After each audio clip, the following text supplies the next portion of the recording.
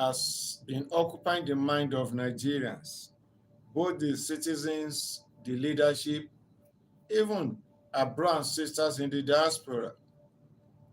Everyone is asking, what is really wrong with Nigeria? What is holding back? What's holding down Nigeria's growth and development over the years? What is actually the problem? What is the challenge? Everyone looks at what's on the ground. What are the materials needed for growth and development? What are the resources that one needs? Like if you want to build a house now, you know the materials you need. After you've got the land, or you want to start a business, you know the things you need. You call them the factors of production. So what is it that is needed or that are needed that Nigeria is lacking? People are asking. But we start with this. From one perspective, Nigeria has so many ingredients necessary for success in every respect and in every ramification. Let's look at just some of them. Then you can share your own opinion and your own understanding. Maybe you'll be able to decipher what actually is the problem of Nigeria. Why is Nigeria not growing? Why is Nigeria killing itself instead of developing itself? It has a population of about 230 million, which is a great ingredient for good success and business because it creates a large domestic market. And that is what other countries take advantage of. They produce their goods and they know that Nigeria has a large market. See China, everything they bring, toothpick, brush, solar light, solar torch, everything, they just because they know that there is a large market for it. Everything. So we have a large market for product, whatever services you want to. And we have the raw material we can turn to finished products. What actually is the problem with Nigeria? We have significant deposits of oil and gas. We have significant deposits of oil and gas. When you compare with other nations of the world, we have so many outstanding deposits. And these are high-grade quality materials for growth. And even nations that don't have oil and gas, we see how they are developing. You see the one, Saudi Arabia has only oil and gas. But Nigeria has that and much more. So what actually is the problem of Nigeria?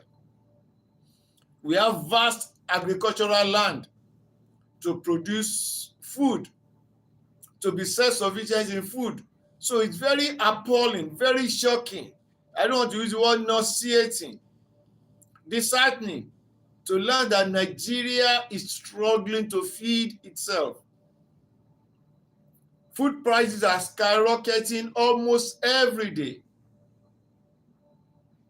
We have the bushes, the forests, the land just let following.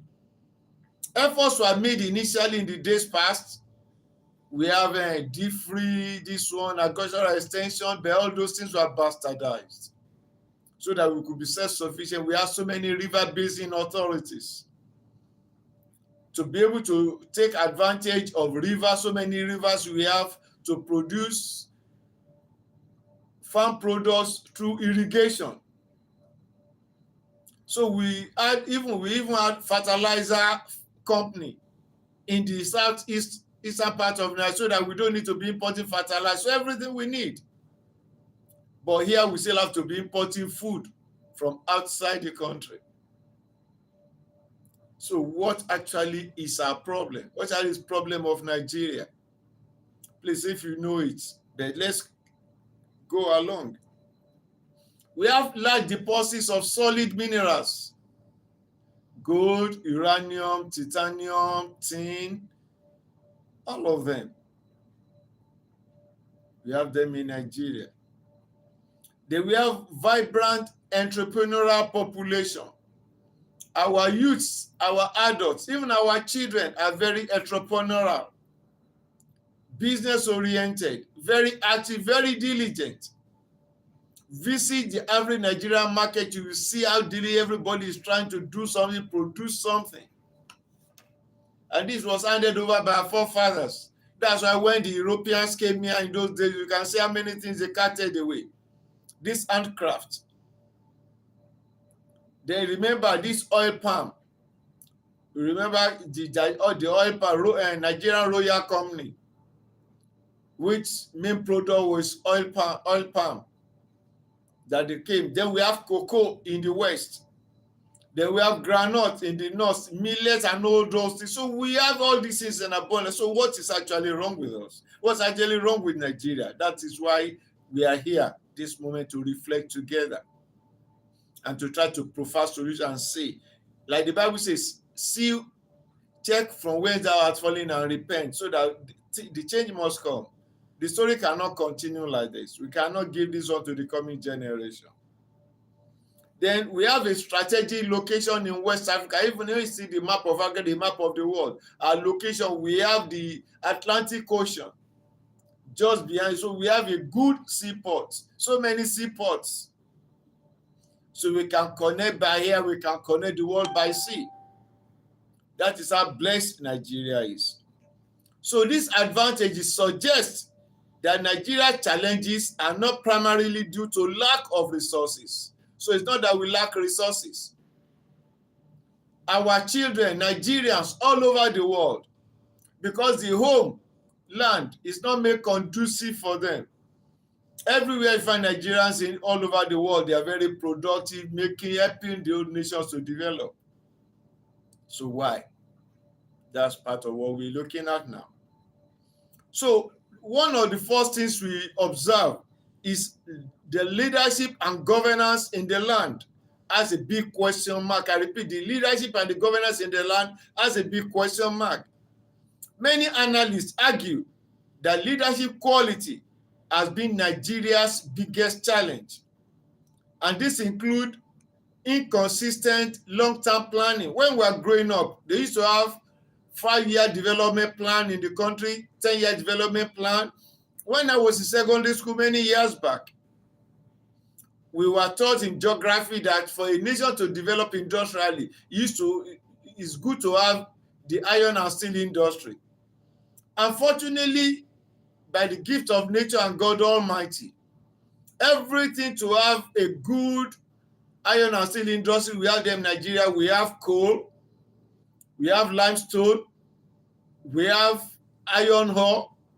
All of them are present in Nigeria. All is just to put the results together, and we have so many universities that train the engineers. Up till now, the Jakarta iron and steel industry refused to be productive or failed to be productive after more than 4 decades. What is the problem of Nigeria? What is holding Nigeria down? Then we have frequent policy reversal. They make one policy now, by next year they make another policy. It's as if the leadership is confused. So there was time they wanted to sell off their Jakarta iron and steel after billions of naira had been spent. Loans were collected. So much investments. Just like they did with the refineries. Then we have weak implementation of development plans because of a lot of sabotage and a lot deep level corruption. Then we have limited accountability for public spending. Okay, the plan is made, money is allocated, but for the implementation, what has the money been spent for? You just see that at the end of the day, the money has disappeared, but nothing done on the ground.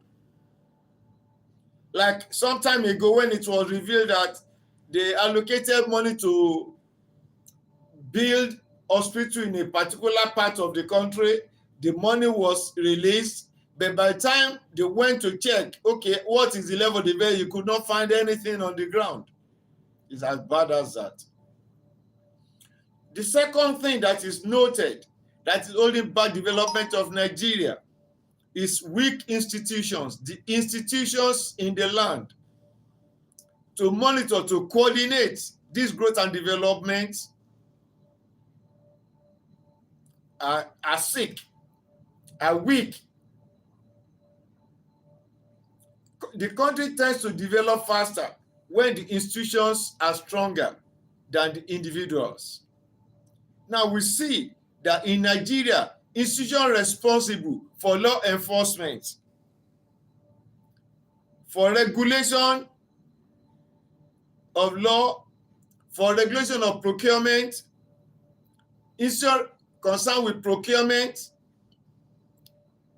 the institution responsible for oversight function, they struggle with political interference and limited capacity. That's part of what we experience in the land. The law enforcement, sometimes you hear different unprintable, untenable reasons. In a state, you hear that police will arrest this, another order will come from, they say order from above, release the criminal, release the suspect. Sometimes they start to investigate a case or an abnormality. Before you know it, the thing is expunged, is dragged, it comes, the fight just disappear or comes to a dead end. Like we have the EFCC, like in the case of Bello, Yaya Bello.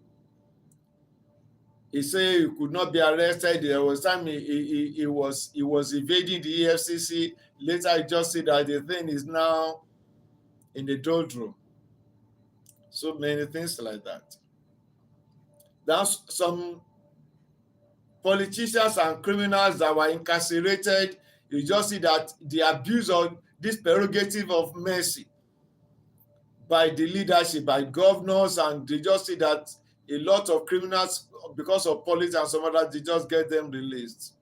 And this is demoralizing to the agencies involved in the arresting and the victims thereby. Then the third one we observe that holding Nigeria back, affect Nigeria growth and development, is deep level of corruption and leakages in government revenue. Numerous reports by oversight agencies like EFCC, ICPC in Nigeria, the DSS, and international organizations and CSOs, civil society organizations, have documented that corruption and inefficiency have reduced the funds available for infrastructures in the land, for education, for healthcare, and for industrial development because of deep level of corruption, diversion of these funds. And they cannot hold them because by the time the EFCC, the appropriate agencies now start to investigate them, the case will just die a natural death.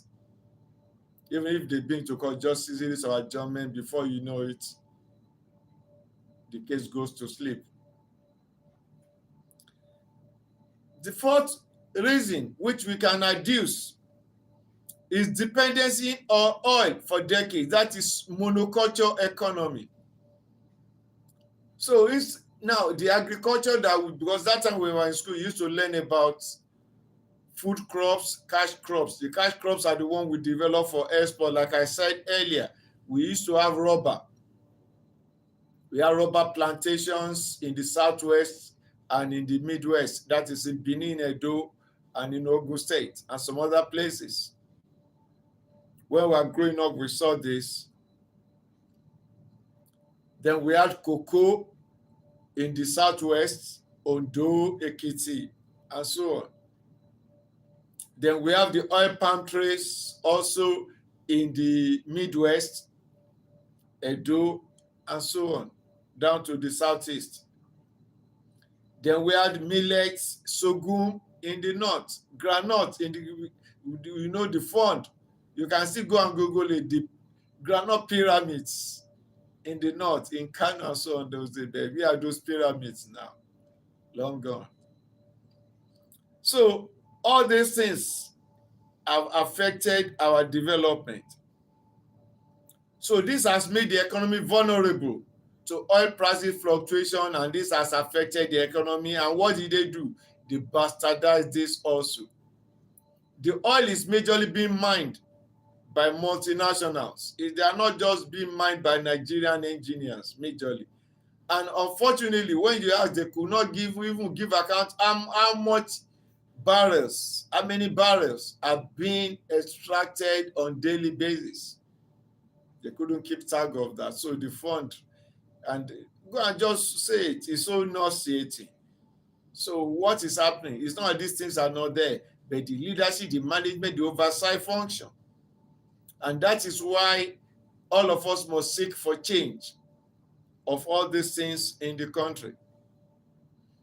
Then leaving down number 5, we have the power supply. Up till now, Nigeria cannot even secure the power supply. Is that not sickening? It's not rocket science.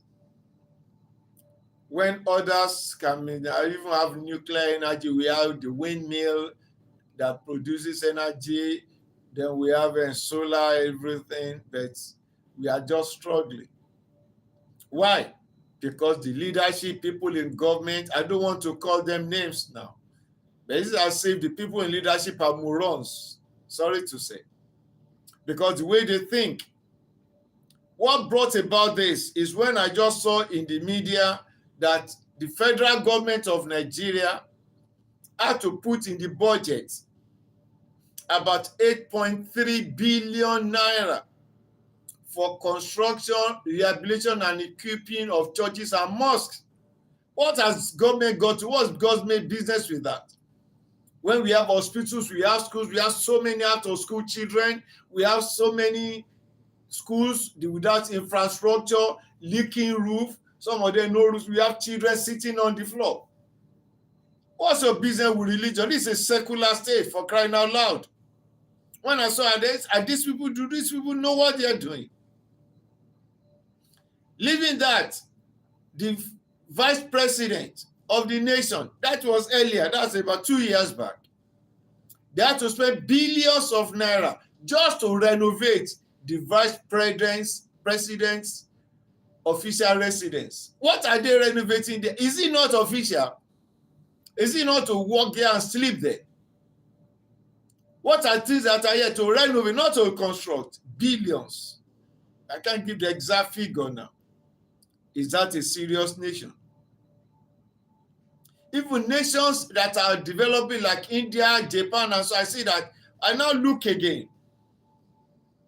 When this leadership, like the president, the vice president, the senate president, they are going there on official or private movement, their entourage, the official vehicles that go with them, the outriders, are so many compared to countries like India, Japan, UK, and some other countries that are more reasonable,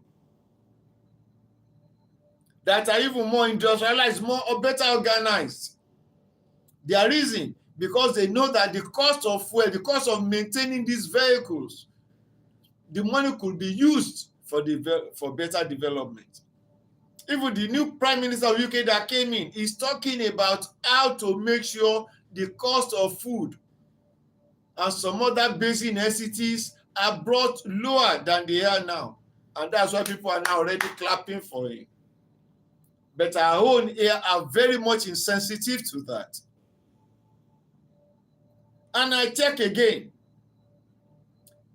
talking about their policy, inconsistent policies that try to make life difficult for the population. How would they grow? They are making the environment not conducive for growth and development.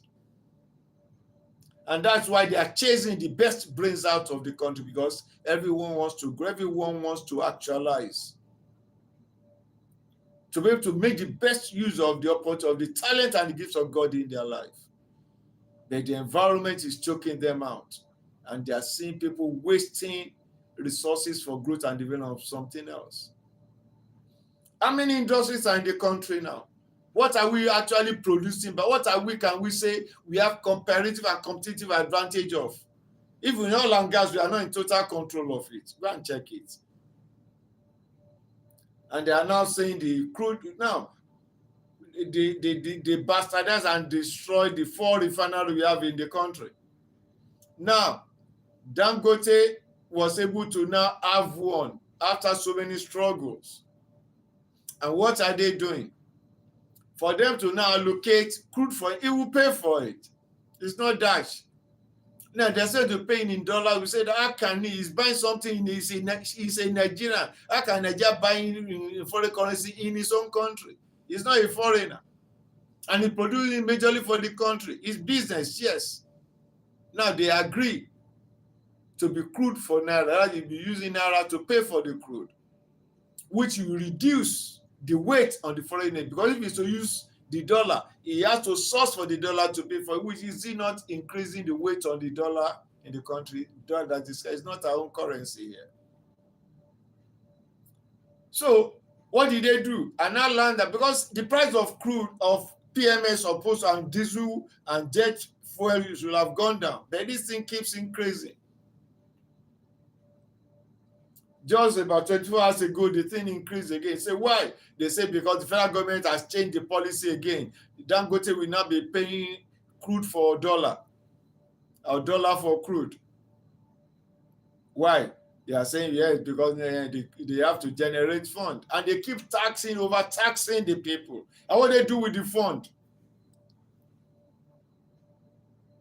That's it. Building churches, equipping churches. And you know the funny thing? At least if you say you are building a church or renovating a church, this should be done by the Ministry of Works or engineering or people that are into infrastructure development. Now, you just see that they now allocated these funds through MDA, that ministry, and some agencies and department agencies. And you just see that they now share these monies to like Ministry of Agri, a good number of them go to Ministry of Agri. How can Ministry of Agri be allocating funds for building of churches, and at least that should be even social development, Ministry of Welfare, social welfare, and things like that. So that's how sickening all these things are. So wonder what's holding back Nigeria? It is the leadership. It's our thinking. It's our frame of mind. It's our focus. So after leaving power supply, which has been erratic and continue to be erratic, here they say the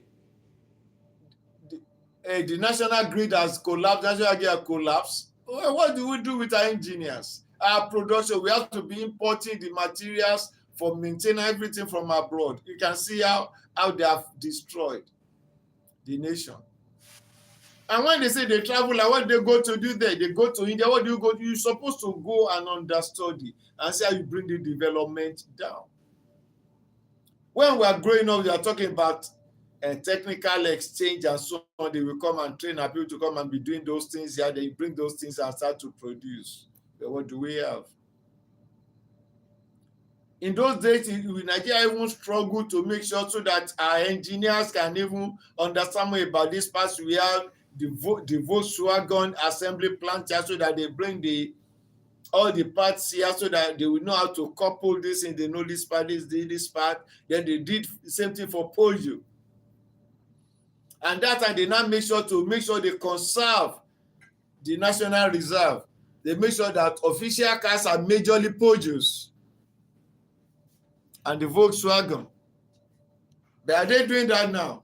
No, they must get G-Wagon, they must get Mercedes-Benz, they must get Toyota series and all those ones. Even we have now, this one bulletproof, we have Innocent Motors produce all those things. Are they patronizing them? No. That's how terrible the leadership is in the land. So we now have all these ones now because, like the Bible says, if the foundation in the work and the righteous, because all these major things are supposed to facilitate growth and development are not well taken care of, especially in the northern part of the country. Just go to your YouTube and Google the status of out-of-school boys and girls, especially the boys. You see, they are marginal, you see them on the streets. The governors there, the leadership there literally turn our children there in the north to beggars. You see them with plastic clothes going all over the streets, line up on the streets with almost no clothes on their body. And we say we have governors, we have leaders. You can see what's happening in the country. So when these children now grow to teenagers and go to youths without good education because their schools are not developed, they don't encourage students to go to school. So when these terrorists and hoodlums now came, they easily recruit them because at least instead of begging for those who will be giving them food, but they now indoctrinate them to be killers. Say that, see, these people did not take care of you, why don't you just... So that's how we have all these things. So insecurity has now become a big challenge in the country, which is affecting our growth and development. That's why you see these people attack farmers, attack kidnapping, banditry, communal conflicts are now become almost the order of the day. Now, education and skill development have now been, like now, they are now confusing education again. Initially, we were using the 5-year system in the secondary school. Now they say, let's use 6, 3, 3, 4. 6 years in the primary school, then 6 years in the senior school. Then we have, out of that, 3 years in the junior secondary school, then 3 years in the senior secondary school. Now they say, no, they don't want to do that again. They want to do a 12-year plan, just everything will just continue. They're confused. The 6334 were actually outlined, but because of their bastardization of the ideas and the policy, it is that in the junior school, they will learn the basic things, including intro tech, in which economics, by which they will teach them to be able to be entrepreneurial, so that even if you don't want to continue to senior secondary school with what you have learned in home economics, where they teach them catering, baking, and all those things, you can also even run a mini restaurant, a mini eatery in your locality and still be able to make good money. Then the boys, they teach them carpentry, they teach them woodwork, metal work, and so you can easily start to produce something. They teach them electrical, electronics. So you could see. And that time, especially in Lagos, Governor Jakonde brought in all this infrastructure, late machine for producing bolts and nuts and so on. What do they do?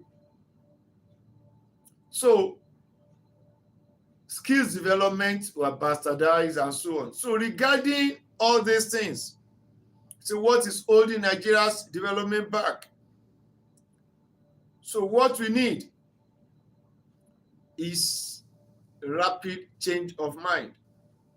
So many developed economics have pointed out, like countries that are industrialized rapidly, such as South Korea, Singapore, Malaysia, China, and Vietnam, generally shared several characteristics, which I just mentioned briefly. These countries that grow industrially speedily, go and check Singapore. How many resources are present in Singapore? Even Malaysia. But they learn, they choose the right steps, which we are now profiling for ourselves. Number one, long-term national development plans that last for decades. We started that. We used to call it 5-year development plan, 10-year development plan, and the strategy will be there. But to now implement, that is where we have all these policy changes and this bureaucracy and this kleptocracy and, well, we believe there will be a change. Then we have massive investment in electricity, the transport system, and the ports authority, which we started also, but we truncated it by ourselves. The third step they took is strong support for the manufacturing industry and for exports. But what are we manufacturing now in Nigeria? Even cotton, we used to have cotton in the north, and because of that, we have so many textile industries in the country. But how many of those textile industries are operating now. The fourth one, they have heavy investment in education and technical skills. Heavy investment in education, but what are we doing? We are bastardizing the education in the country. And there are embarrassing situations. They say you come across a graduate that cannot write a complete essay by him or herself, that you just see a lot of reports that are very shocking. But that's not the Nigeria. So countries that grow and develop have strong support for manufacturing and for export, and they invest heavily in education and skills development.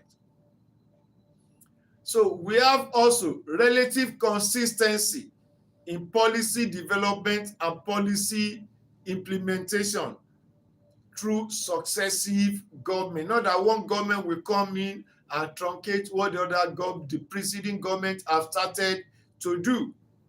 So Nigeria has produced several development plans over the years, like I mentioned earlier, but implementation has often been inconsistent, with changes in administration, sometimes leading to shifts in priorities.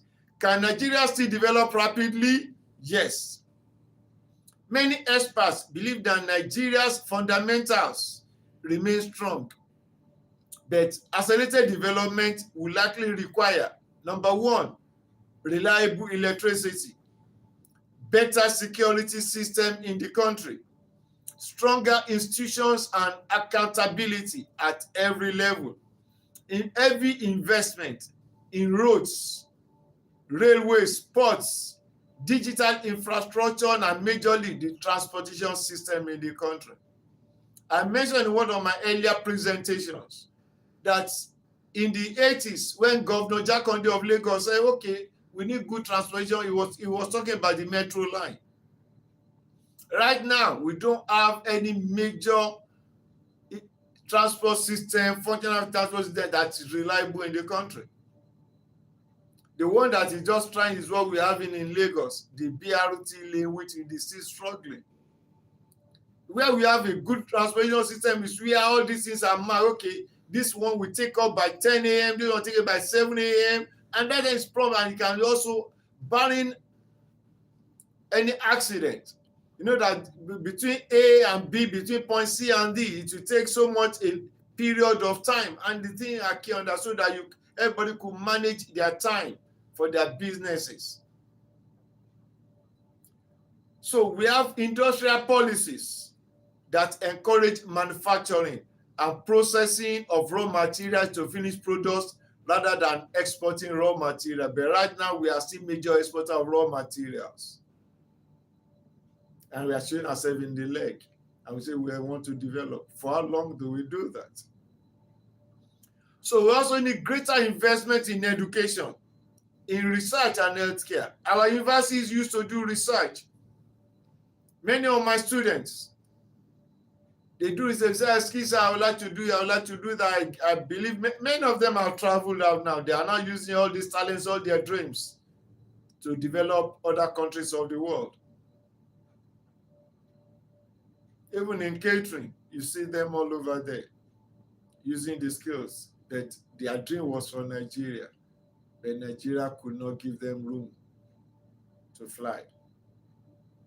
So then we need stable economic policies that encourage both domestic and foreign investment. But the policies we have here now that are